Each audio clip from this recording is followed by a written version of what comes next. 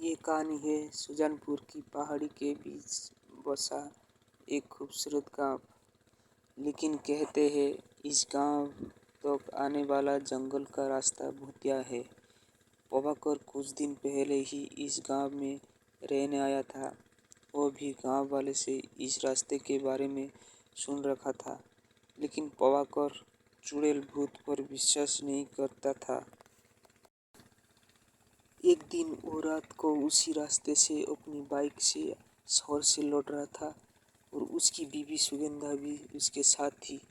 अचानक से एक काली बिल्ली उसका रास्ता काट देती है। प्रभाकर जोर से ब्रेक लगाती है, तभी वह काली बिल्ली उसके बाइक के पास आकर घूरने लगी। दोनों बिल्ली को भागने का प्रयास करते ही, लेकिन उस बिल्ली का गिरना बंद नहीं होता है। गिरती गिरती वो सुगंधा के ऊपर चढ़ जाती है।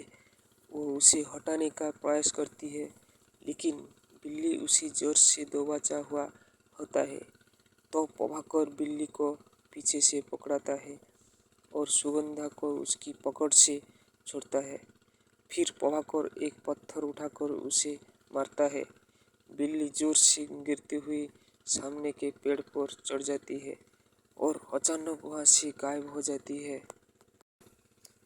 उसे अचानक गायब होते देख के दोनों डर जाते हैं। प्रभाकर, ये बिल्ली कहाँ गायब हो गई?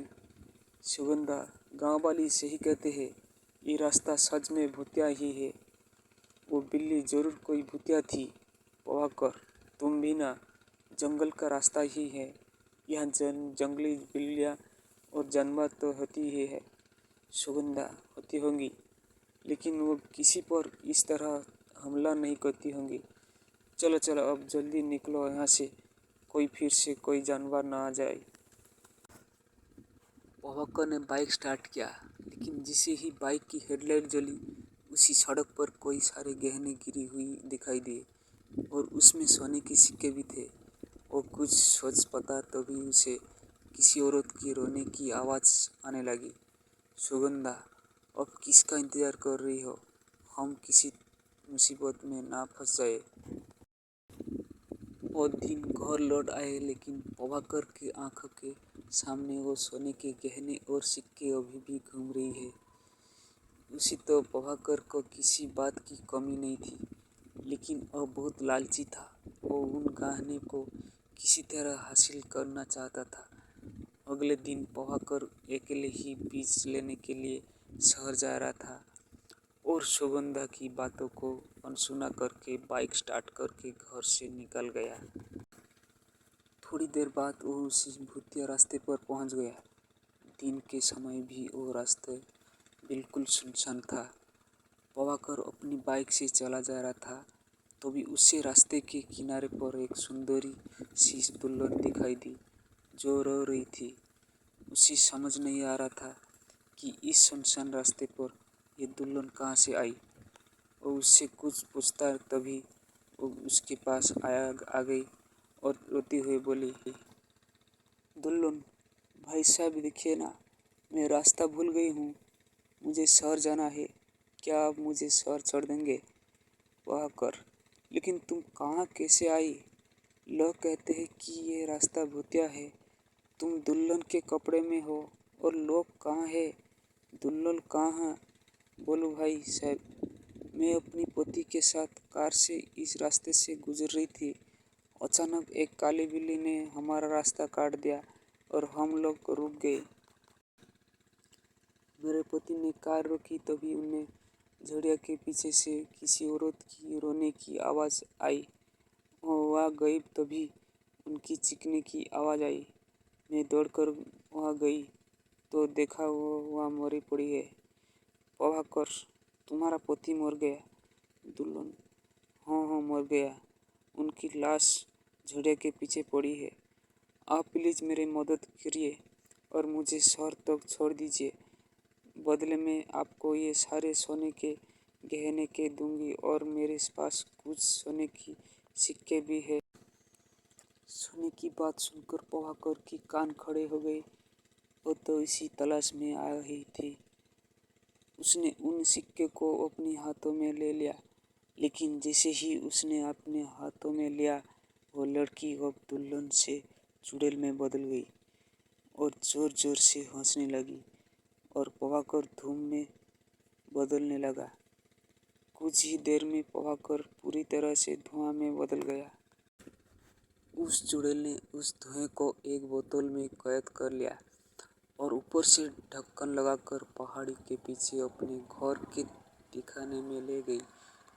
वहाँ पर पहले से ही धुएं से भरी कोई सारी बोतल थी। चुड़ैल, आज मेरी 11 लोगों की गिनती पूरी हो गई। बिना सोने का लालची दिए मैं उन्हें धुएं में नहीं बदल सकती थी। लालची काई की। कल अमावस्या है। कल मैं इन सब को उनके असली रूप में ले आऊंगी और इन सब को मारकर उनके आत्मा पर कब्जा कर लूंगी और फिर उससे अपनी पोती को शरीर में प्रवेश करा दूंगी और वो फिर से जीवित हो जाएंगे।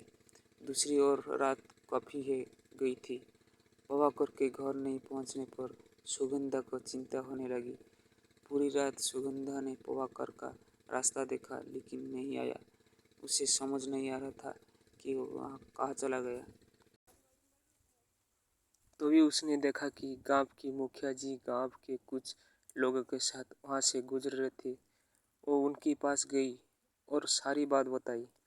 मुखिया, बेटे सच सच बताना, तुम लोग हाल ही में भूतिया रास्ते पर गए थे क्या?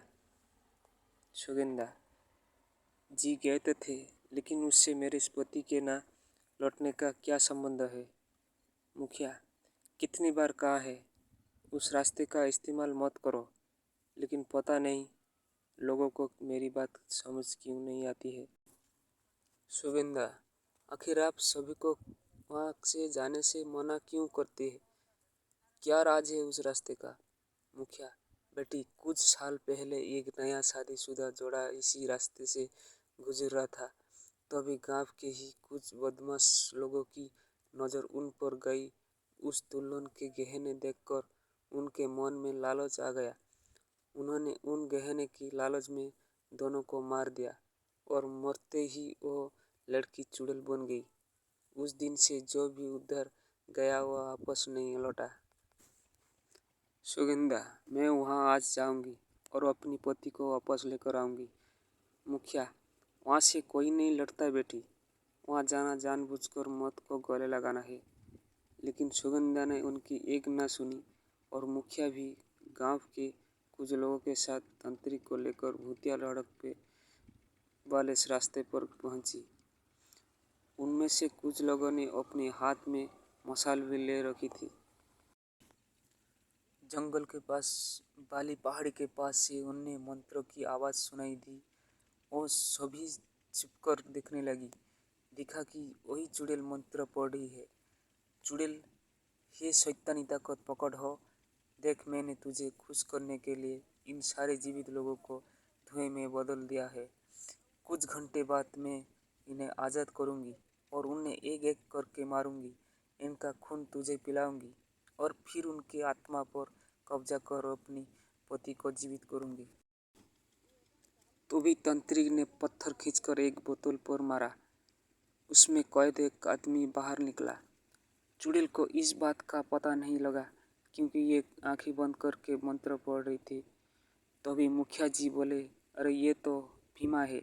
उसकी साथियों ने ही मिलकर इस बेचारी औरत और उसकी पति को हत्या की थी और ये लोग तो उस घटना के बाद गांव से गायब ही हो गए थे। तांत्रिक, वो गायब नहीं हुए थे। ये चुड़ैल ने सबको कैद कर लिया था। इनने की आत्मा से वो अपनी पति को जिंदा करना चाहती थी। सुगंधा, पर इसने मेरी पति को क्यों पकड़ा? मेरे पति तो कुछ नहीं किए थे। तांत्रिक, तेरा पति इन गुंडे को तरह लालची था। वो भी इसके गहने के चक्कर में आ गया था। इसे अपनी सिद्धि को पाने के लिए 11 लालची लोग चाहिए थे।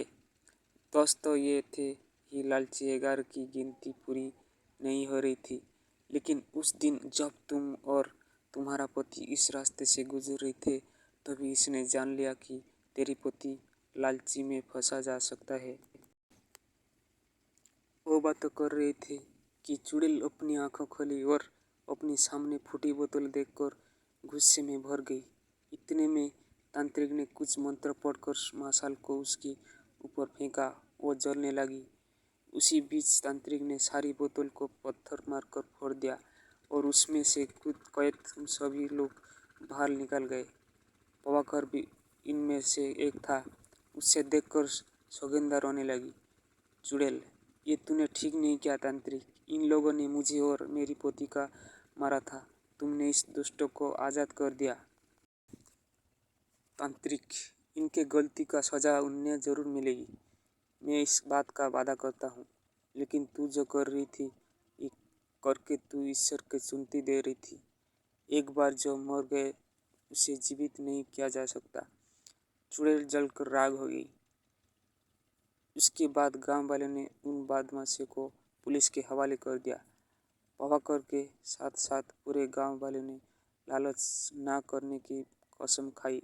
उस दिन के बाद से वो रास्ता भूतिया नहीं रहा। चुड़ैल की आत्मा मुक्त हो गई। स्टोरी अच्छा लगे तो लाइक सब्सक्राइब कीजिए।